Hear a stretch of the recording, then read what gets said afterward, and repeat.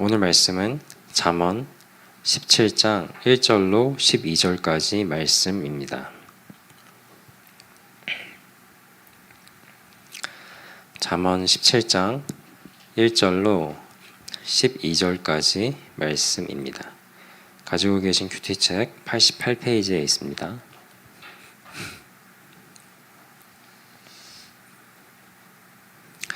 네, 그럼 저와 한 절씩 교독하시도록 하겠습니다.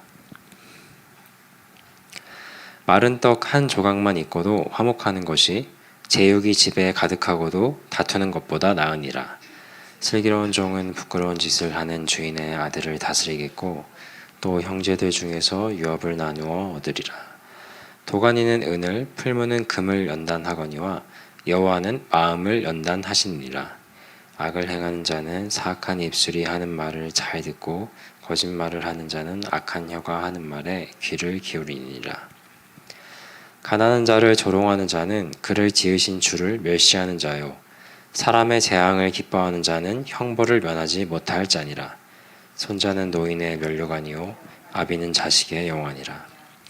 지나친 말을 하는 것도 미련한 자에게 합당하지 아니하거든 하물며 거짓말을 하는 것이 존귀한 자에게 합당하겠느냐. 뇌물은 그 임자가 보기에 보석 같은즉 그가 어디로 향하든지 형통하게 하느니라. 허물을 덮어주는 자는 사랑을 구하는 자요 그것을 거듭 말하는 자는 친한 벗을 이간하는 자니라. 한마디 말로 총명한 자에게 충고하는 것이 매 100대로 비련한 자를 때리는 것보다 더욱 깊이 박히느니라. 악한 자는 반역만 힘쓰나니 그러므로 그에게 잔인한 사자가 보냄을 받으리라. 차라리 새끼 빼앗긴 암곰을 만날지언정 미련한 일을 행하는 미련한 자를 만나지 말 것이니라. 아멘. 네, 오늘은 1절과 5절 말씀을 우리가 보다 집중해서 묵상하는 시간을 가지겠습니다. 제가 1절 말씀 다시 읽어드리겠습니다. 마른 떡 한 조각만 있고도 화목하는 것이 제육이 집에 가득하고도 다투는 것보다 나으니라. 아멘. 여기 마른 떡 한 조각이라고 나오고 있는데 이것은 이 먹다 남은 빵의 그런 끝부분을 말하는 것이라고 생각하시면 됩니다. 이 빵이 온전하게 다 있는 것도 아니고 몇 개씩 더 많이 있는 것도 아니고 정말 그냥 먹다 남은 빵의 끝 조각만 가지고 있는 거. 그리고 당시에는 그 빵을 약간 소스 비슷한 약간 와인 비슷한 그런 거에 좀 이거 찍어 먹기도 했는데 그런 것조차 하나도 이제 없고 그저 이 빵의 끝자락만 조금 남아있는 이런 것으로서 정말 먹을 것이 없는 그런 가난한 상황을 이 한 단어로 이렇게 알 수 있게 해주고 있습니다. 그리고 이 화목이라고 나오고 있는데 이 화목이라는 말은 식구들이 모두 다 그 참 평안과 안정을 누리고 있다 할 때 쓰는 이제 그런 말입니다. 그래서 아주 가난한 상황 가운데 있을지라도 가족들이 함께 이렇게 평안하고 감사한 상황 가운데 있는 것을 우리로 하여금 이렇게 머릿속으로 이렇게 이미지를 그리게 해주고 있어요. 이것이 이 1절의 이 상반절이죠. 그리고 하반절에는 제육이 집에 가득하고도 다투는 것보다 나으니라 이렇게 나오고 있습니다.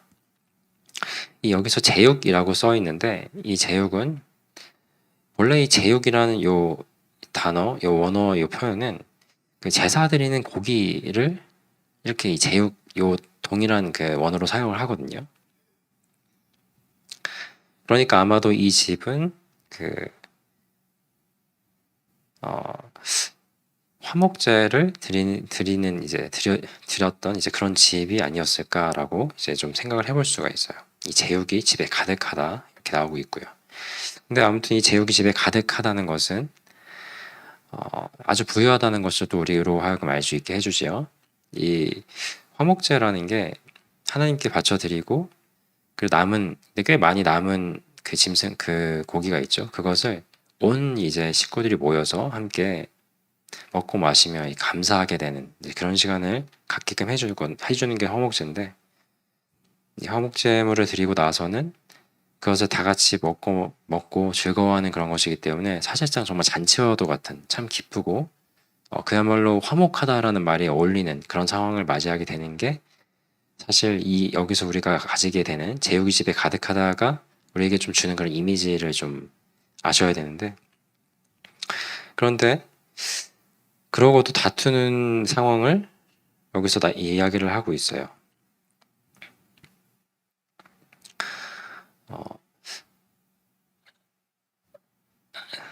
이 제육이 집에 가득하고도 다투는 것보다 나으니라. 제가 지금 잠깐 원래 이렇게 말씀드릴 순서가 좀 있었는데 조금 겹쳐서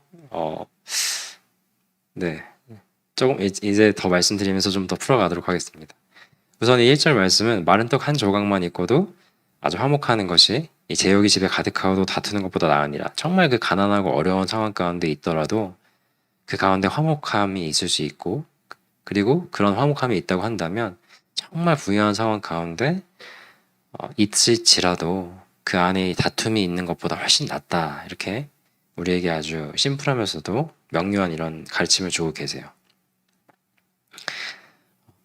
이 가운데 제가 이 하반절에 제육이 집에 가득하고도 다투는 것보다 나으니라 이 구절을 조금 더 깊이 들여다 봤을 때 이 제육이라는 것은 그 화목 제물로 쓸 수 있는 그 제물을 이 제육이라고 이 원어가 동일하게 표현하고 있다는 것을 알려드렸고, 정말 이 화목제를 드리면서 온 가족의 식구가 함께 즐거워해야 되는 어떤 그런 상황이 묘사될 수 있는 이런 집인데, 오히려 그 안에 화목함이 아니라 서로 다툼이 있다고 하니 이것은 참 아이러니한 상황일 수 있겠다. 이것은 마치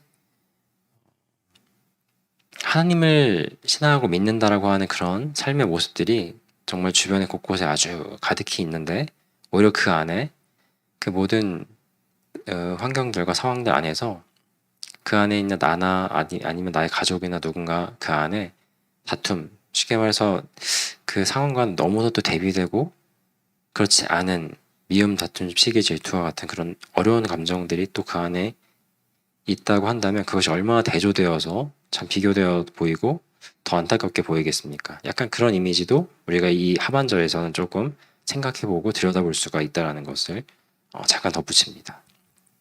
네, 아무튼 이 1절 말씀을 통하여서 우리는 몇 가지 교훈을 얻을 수가 있습니다. 먼저는 이 가난하다고 해서 꼭 불행한 것은 아니다라는 것을 오늘 말씀을 우리에게 가르쳐주고 계십니다. 참 이 가난한 상황을 맞이한다는 것이 우리를 정말 어렵게 하는 것은 맞습니다. 그죠? 이 가난을 통해서 힘들고 참 이 가난이라는 상황만 들여다봤을 때는 그 어려운 상황 가운데 가정 안에 정말 화목이 있을 수 있겠나 생각이 들 수 있는데, 실상은 그렇지 않다. 정말 그럼에도 불구하고 화목할 수 있다. 그 안에 사랑의 연합이 또 있을 수 있다라는 것을 좀 보게 돼요. 제가 이 1절 말씀을 묵상하면서 옛날에 제가 신대원 한국에 있을 때 학생 때 신대원을 다닐 때 친구와 대화했던 일이 생각이 나더라고요. 신대원이다 보니까 참 이 목사님들 자녀들이 얼마나 많이 있었겠습니까? 이 친구가 개척교회를 하신 아버지 목사님의 아들이었어요. 그래서 자기가 어렸을 때 아버지가 개척교회를 하시고 그렇게 이 친구가 밑으로 쌍둥이 여동생 둘이 있어서 3남매였는데 그런 얘기를 좀 하게 돼서 제가 물어봤습니다. 나는 목사님 자녀가 아니고 그렇지만 내가 주변에 목사님 자녀들, 특히 이제 개척교회 목사님 자녀분들을 만나게 됐을 때 좀 어렸을 때 좀 어려웠었던 상황들이 있었다는 걸 많이 들었는데 혹시 너도 좀 어려운 일이 있었니? 라고 물어봤더니 이 친구가 한 가지 얘기를 해줬어요. 어렸을 때 온 가족이 이제 밥 먹을 시간이 돼가지고 같이 모여 앉아서 이제 밥을 먹어야 되는데 제 아버지 어머니가 이 밥그릇에 그 얼음 조각들을 좀 약간 깨서 이렇게 쪼개놓은 그 얼음 조각들을 이렇게 담아가지고 5식구가 같이 자 오늘은 우리 특별히 시원한 얼음 조각을 먹어볼까? 이러면서 이렇게 같이 먹었었다고 하더라고요. 어렸을 때 그 당시에 자기는 어리고 자기 동생들도 와 재밌다 하면서 즐겁게 이제 그걸 먹었던 추억이 있다고. 근데 나중에 커서 이제 다 알고 봤더니 집에 정말 먹을 게 없어가지고 제 부모님이 얼음 조각을 이렇게 깨가지고 다섯 식구가 같이 밥대진으로 그렇게 먹었었던 거였다고 나중에 이제 커서 이게 알게 되었다고 이런 얘기를 해줬었습니다. 이 친구에게는 그게 아주 즐겁고 깊은 소중한 추억이라고 해요. 근데 나중에 알게 됐을 때 그게 안타까운 일이었다는 걸 알게 되었지만 그 당시에 그것은 이 부모님이 즐겁게 그 일을 자기 삼남매에게 이렇게 주신 이제 그런 즐거운 추억이었다고. 정말 자기 가정은 화목하고 기쁘게 그렇게 그 시절을 보내고 이렇게 자라왔다고 이렇게 얘기를 해주었었습니다. 그리고 그 말은 제게 또 한 마음에 어떤 울림을 주었던 것으로 저의 기억으로 남아 있습니다. 그래서 꼭 어떤 가난으로 인하여서 불행할 것이라고 우리가 생각할 수가 있는데 결단코 그렇지 않다. 그 가운데 주님 주시는 은혜가 있다면 참 기쁜 추억으로도 될 수 있는 것을 보게 됩니다. 그리고 두 번째로 이 동일한 맥락에서 꼭 부유하다고 해서 행복한 것은 아니지요. 정말 이제 잘 살고 부유하다고 해서 꼭 행복한 것이 아닌 것이 아마 주변에서 보셨을 수도 있겠지만 부모님이 어떤 자녀들에게 물려줄 재산이 그래도 좀 있는 이제 그런 부모님을 아래에 있는 자녀들 간에 재산과 관련해서 상당히 다툼과 좀 미움이 그런 일들이 일어나는 것을 보게 됩니다. 어느 정도의 그 재산이 있기만 해도 그런 것들이 그런 일들이 발생하곤 하는데 정말 많은 재산을 소유한 사람들, 재벌가나 어떤 권력가들의 자녀들, 또 자녀들이 많을 때에는 그 가운데 정말 형제 자매간이라고 보기 어려울 정도의 그 안에서의 어떤 정치적인 알력이나 또 미움이나 경쟁이나 이런 것들이 또 있는 것을 심심치 않게 우리가 보게 됩니다. 참 이 세상을 살아갈 때 가족만큼 소중하고 나를 받아주고 나를 맡기고 내가 기댈 만한 그런 존재가 참 없는데 그러한 사람들이 경쟁 상대이고 정말 속마음을 다 내어 비춰서 의지할 만한 그런 존재들이 되지 못한다는 것은 얼마나 큰 비극이고 슬픔일지 상상이 되지 않습니다. 그러므로 우리가 이 가르침을 볼지인데 가난하지만 화목하며 행복한 게 낫다는 이 가르침 우리에게 주시고 있는데 그렇다면 우리는 이 가난하고 행복할 수 있는 화목할 수 있는 이것을 구하고 그 가운데 어려움과 문제가 있는 것보다 훨씬 더 사모하는 가치를 이 먼저 것에 더 둘 수 있는 오늘의 이 말씀 가르침대로 그러한 사람들이 될 수 있어야 하겠습니다. 그리고 1절과 관련하여서 마지막으로 제가 아까도 간단히 말씀드리긴 했는데 정말 이 제육이 집에 가득하여서 정말 하나님께 화목제를 올려드리고 그리고 아주 가득할 정도로 올려드려서 이 주변 이 집을 둘러싸고 있는 모든 상황들은 정말 하나님을 향해 있는 것처럼 보이는데 근데 정작 그 안에 함께하고 있는 사람들 간에 다툼이 있다라고 우리가 볼 때 그것이 얼마나 대비되고 오히려 더 큰 비극으로 보이겠습니까?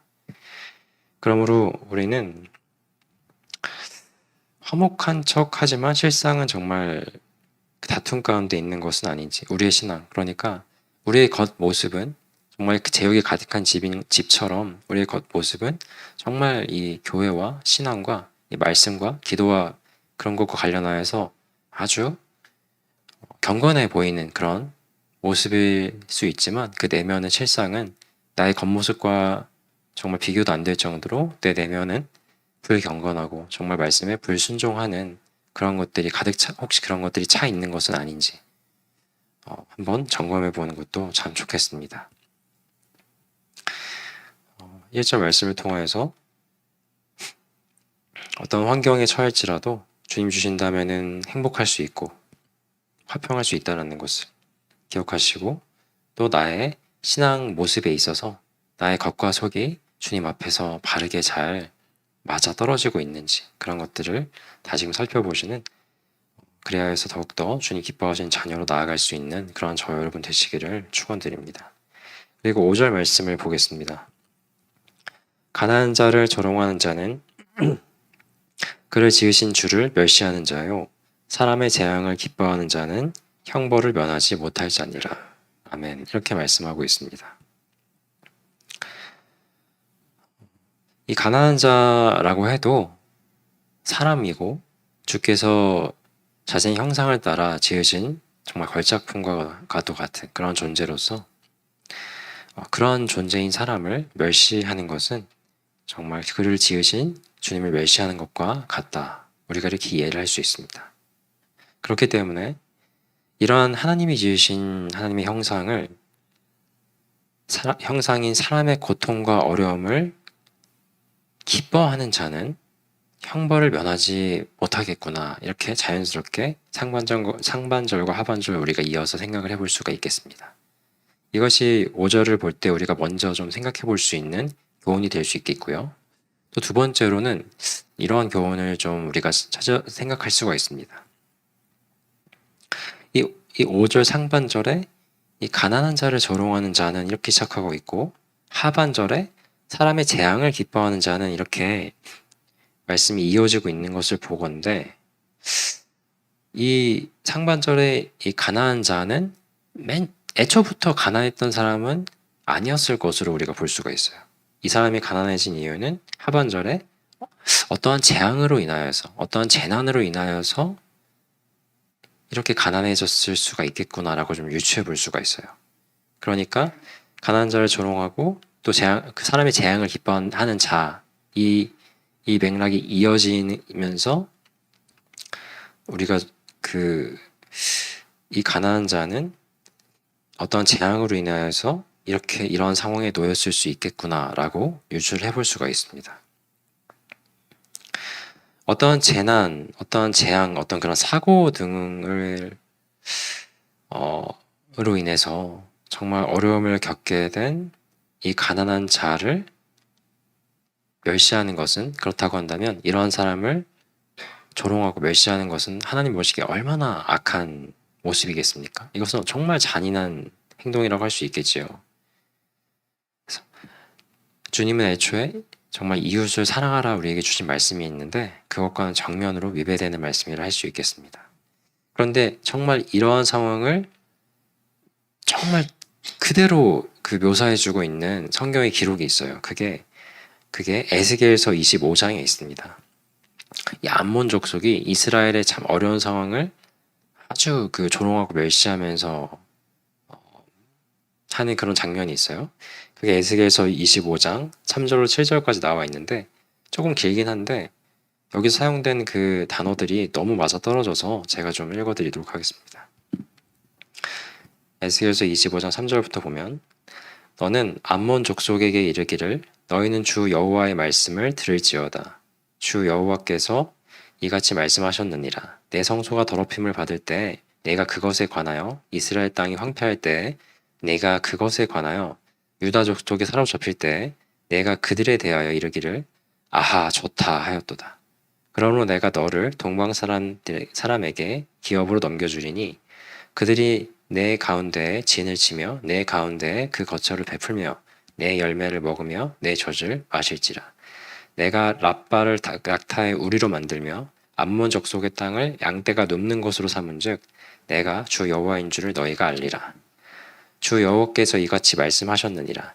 내가 이스라엘 땅에 대하여 손뼉을 치며 발을 구르며 마음을 다하여 멸시하여 즐거워하였나니 그런즉 내가 손을 내 위에 펴서 너를 다른 민족에게 넘겨주어 노략을 당하게 하며 너를 만민 중에서 끊어버리며 너를 여러 나라 가운데에서 패망하게 하여 멸하리니 내가 주 여호와인 줄을 너희가 알리라 하셨다 하라. 아멘. 이렇게 말씀을 하고 있습니다.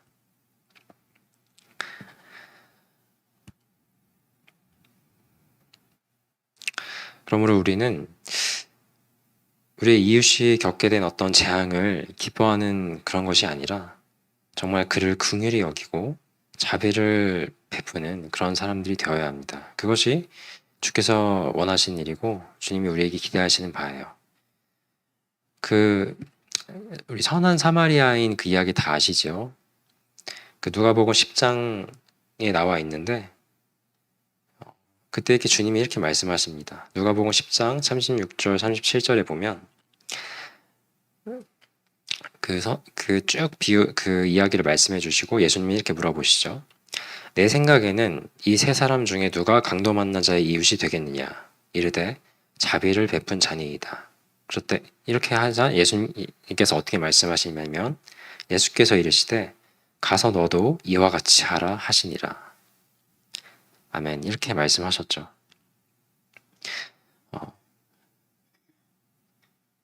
이 어떤 재난이나 재앙, 어려움을 겪게 된 사람을 그런 이웃을 우리가 조롱하거나 멸시하거나 기뻐하거나 그러시지 않는다고 저는 믿습니다.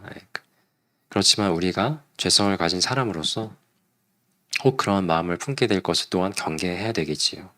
그때마다 우리는 오늘 이 제가 읽어드린 에스겔서의 말씀, 하나님이 그런 행동을 미워하시며 그리고 그 끝에는 정말 형벌이 있다는 것을 기억하시고 무엇보다도 우리 주님께서 말씀하신 자비를 베풀 줄 아는 그런 어려움을 겪고 있는 사람이 있다고 한다면 그에게 자비를 베풀 줄 아는 사람이 되고 긍휼히 여기며 도와줄 수 있는 그런 사람들이 되시기를 주님의 이름으로 축원드립니다. 이제 우리 함께 기도로 나아가겠습니다.